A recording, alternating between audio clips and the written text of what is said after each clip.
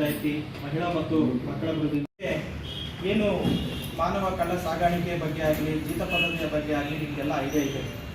So ಹಿಂದೆ ನಮ್ಮ ಏನು ಹಿರಿಯರಿದ್ದರು ಅಥವಾ ಏನು ಕಾರ್ಮಿಕ ವರ್ಗ ಇತ್ತು, ನಿಜವಾಗ್ಲೂ ತುಂಬ ಶೋಚನೀಯವಾಗಿ ನಡೆಸ್ಕೊಂಡಿರುವಂಥ ದಿನಗಳು ಇದೆ.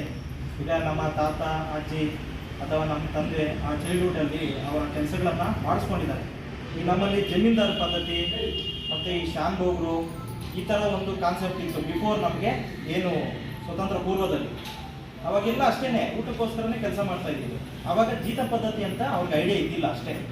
ಸೊ ಸ್ವತಂತ್ರ ನಂತರದಲ್ಲಿ 1976ರಲ್ಲಿ ಏನು ಜೀತ ಪದ್ಧತಿ ನಿರ್ಮೂಲನೆ ಕಾಯ್ದೆ ಬಂತು, ಆ ಕಾಯ್ದೆ ಬಂದಾಗ ಎಲ್ರಿಗೂ ಸಹ ಈ ಬಗ್ಗೆ ತುಂಬ ಜಾಗೃತಿಯನ್ನು ಮೂಡಿಸಬೇಕಾಯಿತು. ಆ ನಿಟ್ಟಿನಲ್ಲಿ ಅವರು ಸ್ವತಂತ್ರವಾಗಿ ಅವರೇನೇ ದುಡಿಮೆ ಮಾಡೋದು ಸಂಪಾದನೆ ಮಾಡುವ ನಿಟ್ಟಿನಲ್ಲಿ ಅವರಿಗೆ ಅರಿವನ್ನು ಮೂಡಿಸುವಂಥ ಕೆಲಸ ಕಾರ್ಯಗಳಾಯಿತು. ಸೊ ಈಗಲೂ ಸಹ ಗ್ರಾಮಾಂತರ ಪ್ರದೇಶಗಳಲ್ಲಿ ಅಥವಾ ಇಟ್ಟಿಗೆ ಫ್ಯಾಕ್ಟ್ರಿಗಳಲ್ಲಿ ಆಗ್ಬೋದು, ಕೆಲವೊಂದು ಕಡೆ ಬೇರೆ ರಾಜ್ಯದ ಜನರನ್ನು ಕರ್ಕೊಂಡ್ಬಂದು ಕೆಲಸಕ್ಕೆ ಮಾಡಿಸ್ಕೊಳ್ತಾರೆ. ಆದರೆ ಅದಕ್ಕೆ ತಕ್ಕಂತೆ ಅವರಿಗೆ ವೇತನವನ್ನು ಕೊಡೋದಿಲ್ಲ. ಯಾಕಂದರೆ ಮಕ್ಕಳು ಆ ಶಾಲೆಗೆ ಹೋಗ್ಬೇಕಾಗಿರೋ ಮಕ್ಕಳನ್ನು ಸಹ ಆ ಕೆಲಸಗಳಲ್ಲಿ ಬಳಸ್ಕೊಂಡ್ಬಿಡ್ತಾರೆ.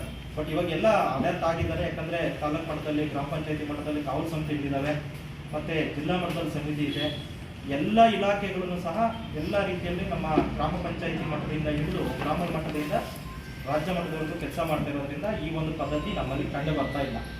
ಆದಾಗಿ ಇದ್ರ ಬಗ್ಗೆ ನಾವು ಜನರಿಗೆ ಜಾಗೃತಿಯನ್ನು ಮೂಡಿಸೋದು ನಮ್ಮ ಕರ್ತವ್ಯ ಜವಾಬ್ದಾರಿ ಆಗಿರುತ್ತೆ.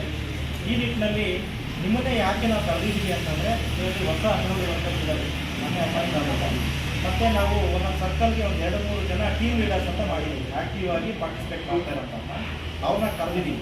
ಯಾಕೆಂದರೆ ಇವರಿಗೆ ಆ ವಿಷಯನ ನಾವು ತಿಳಿಸ್ಕೊಟ್ಟಾಗ ಅಟ್ಲೀಸ್ಟ್ ನಿಮ್ಮ ಗಮನಕ್ಕೆ ಬಂದಾಗ ನೀವೇನು ಮಾಡಬೇಕು ಅನ್ನೋದು ನಿಮಗೆ ಒಂದು ಆ ಟೈಮಲ್ಲಿ ಚಿಂತನೆ ಮಾಡೋದಕ್ಕೆ, ಬೇರೆಯವ್ರು ತಿಳಿಸೋದಕ್ಕೆ ಅವಕಾಶ ಆಗಲಿ, ಈ ಬಗ್ಗೆ ನಿಮಗೆ ಕಾನೂನು ಅರಿವಿರಲಿ ಅಂತ ನಾವು ಈಗ ಕರೆದಿರೋವಂಥದ್ದು. ಸೊ ಜೀತ ಪದ್ಧತಿಗೆ ನಿಮ್ಗೆ ಏನಾದರೂ ಸಮಸ್ಯೆ ಇತ್ತು ಅಂದರೆ ನಿಮ್ಮದೇ ಗ್ರಾಮ ಪಂಚಾಯತಿ ಮಟ್ಟದಲ್ಲಿ ಒಂದು ಸಮಿತಿ ಇದೆ. ನಮ್ಮ ಗ್ರಾಮ ಪಂಚಾಯತಿ ಮಟ್ಟದಲ್ಲಿದೆ, ಗ್ರಾಮ ಮಟ್ಟದಲ್ಲಿದೆ, ತಾಲೂಕು ಮಟ್ಟದಲ್ಲಿದೆ.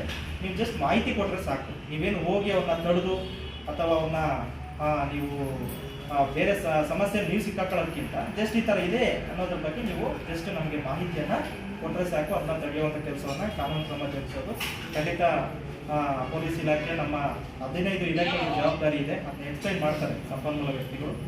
ಇನ್ನು ಮಾನವ ಕಳ್ಳ ಸಾಗಾಣಿಕೆ ತಡೆ ಸಂಬಂಧಪಟ್ಟಂತೆ ಇಲ್ಲಿ ಈಗ ತಹಶೀಲ್ದಾರ್ ಸಾರು, ಇಒ ಸಾರು ಹೇಳಿದ್ರು, ಮಹಿಳೆಯರನ್ನು ಮಕ್ಕಳನ್ನು ಅಕ್ರಮವಾಗಿ ಸಾಗಾಟ ಮಾಡೋದು, ಮಾರಾಟ ಮಾಡೋದು ಅಂತ.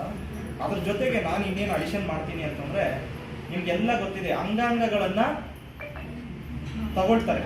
ಇದು ಇವತ್ತು ಜಿಲ್ಲಾ ಕಾನೂನು ಸೇವೆಗಳ ಪ್ರಾಧಿಕಾರ ಕೋಲಾರ, ತಾಲೂಕು ಆಡಳಿತ ಮತ್ತು ತಾಲೂಕು ಪಂಚಾಯತಿ ಬಂಗಾರಪೇಟೆ ಹಾಗೂ ಮಹಿಳಾ ಮತ್ತು ಮಕ್ಕಳ ಅಭಿವೃದ್ಧಿ ಇಲಾಖೆ ಕೋಲಾರ, ಶಾಂತ ಜೀವ ಜ್ಯೋತಿ ಸಂಸ್ಥೆ ಬೆಂಗಳೂರು ಇವರ ಸಂಯುಕ್ತಾಶ್ರಯದಲ್ಲಿ ಅಕ್ರಮ ಮಾನವ ಕಳ್ಳ ಸಾಗಾಣಿಕೆ ತಡೆ ಮತ್ತು ಜೀತ ಪದ್ಧತಿ ನಿರ್ಮೂಲನೆ ಕಾಯ್ದೆ ಕುರಿತು 1 ದಿನದ ಕಾರ್ಯಾಗಾರ ತರಬೇತಿಯನ್ನು ತಾಲೂಕು ಪಂಚಾಯತಿ ಈ ಒಂದು ಸಭಾಂಗಣದಲ್ಲಿ ಆಯೋಜಿಸಲಾಗಿದೆ.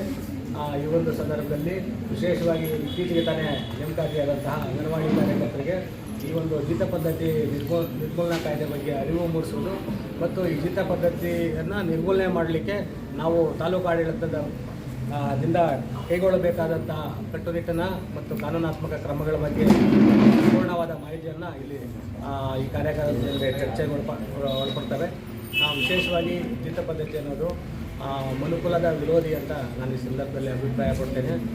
ಹಿಂದೆ ಪಾಶ್ಚಾತ್ಯ ರಾಷ್ಟ್ರಗಳಲ್ಲಾಗಿರ್ಬೋದು, ಸ್ವತಂತ್ರ ಪೂರ್ವದಲ್ಲಾಗಿರ್ಬೋದು, ಮನುಷ್ಯರನ್ನು ನಿಕೃಷ್ಟವಾಗಿ ಅಮಾನವಾಗಿ ನಡೆಸ್ಕೊಂಡು ಮಾನವ ಹಕ್ಕುಗಳನ್ನು ಉಲ್ಲಂಘನೆ ಮಾಡ್ತಾ ಇದ್ದು ಒಂದು ನಮಗೆ ಇತಿಹಾಸ ಇತ್ತು. ಇಲ್ಲಿ ಇದನ್ನು ತಡೆಗಟ್ಟಲಿಕ್ಕೆ ಆಗಿ ನಮ್ಮ ಭಾರತದ ಸಂವಿಧಾನದ ಅಡಿಯಲ್ಲಿ ಜಾರಿಗೆ ಬಂದಂಥ ಜೀತ ಪದ್ಧತಿ ನಿರ್ಮೂಲನಾ ಕಾಯ್ದೆ 1976 ಅಡಿ ಅನೇಕ ಕಲಂಗಳಲ್ಲಿ ಅದೊಂದು ಶಿಕ್ಷಾರ್ಹ ಅಪರಾಧ ಅಂತ ಘೋಷಿಸಲ್ಪಟ್ಟಿದೆ. ಹೀಗಾಗಿ ಜೀತ ಪದ್ಧತಿ ಆಚರಣೆ ಮಾಡುವಂಥ ಯಾರೇ ಆಗಲಿ ಅದು ಕಾನೂನಿನ ಇದರಲ್ಲಿ ಅಪರಾಧ ಅಂತ ನಾನು ಈ ಮೂಲಕ ಹೇಳ್ತಾ, ಇಲ್ಲಿ ಮಕ್ಕಳಾಗಲಿ ಮಹಿಳೆಯರಾಗಲಿ ವಿಶೇಷವಾಗಿ ಮಾನವರನ್ನು ಅಕ್ರಮವಾಗಿ ಕಳ್ಳ ಸಾಗಾಣಿಕೆ ಮಾಡೋದನ್ನು ಕಂಡುಬಂದಲ್ಲಿ ಈ ಒಂದು ತಾಲೂಕು ಆಡಳಿತಕ್ಕೆ ಗಮನಕ್ಕೆ ತಂದರೆ ನಾವು ಆ ಕೂಡಲೇ ಕ್ರಮ ವಹಿಸಿ ಅವರನ್ನು ರಕ್ಷಿಸುವ ಕೆಲಸವನ್ನು ಮಾಡ್ತೇವೆ ಮತ್ತು ಅವರ ವಿರುದ್ಧ ಕಠಿಣ ಕ್ರಮಗಳನ್ನು ಕೈಗೊಳ್ತೀವಿ ಅಂತ ನಾನು ಈ ಸಂದರ್ಭದಲ್ಲಿ ಹೇಳ್ತೀನಿ. ಕಾರ್ಯಕ್ರಮ ಆಗೋದು ಬೇಡ, ಅದನ್ನು ಒಂದು ಗ್ರಾಮೀಣ ಭಾಗದಲ್ಲಿ ಅಥವಾ ಎಲ್ಲಿ ಇಂಥ ಒಂದು ಪದ್ಧತಿ ಇರುತ್ತೋ ಅಲ್ಲಿ ಹೋಗಿ ನಾವೆಲ್ಲರೂ ಪಣ ತೊಟ್ಟು ಅದನ್ನು ಪರಿಣಾಮಕಾರಿಯಾಗಿ ಒಂದು ಕಾರ್ಯಗತವಾದಾಗ ಮಾತ್ರ ಈ ಕಾರ್ಯಕ್ರಮ ಮತ್ತು ಈ ಕಾರ್ಯಗಾರಕ್ಕೆ ಒಂದು ನಿಜವಾಗ್ಲೂ ಅರ್ಥ ಬರುತ್ತೆ ಅಂತ ಹೇಳ್ತಾ ನನಗೆ ಮಾತನಾಡ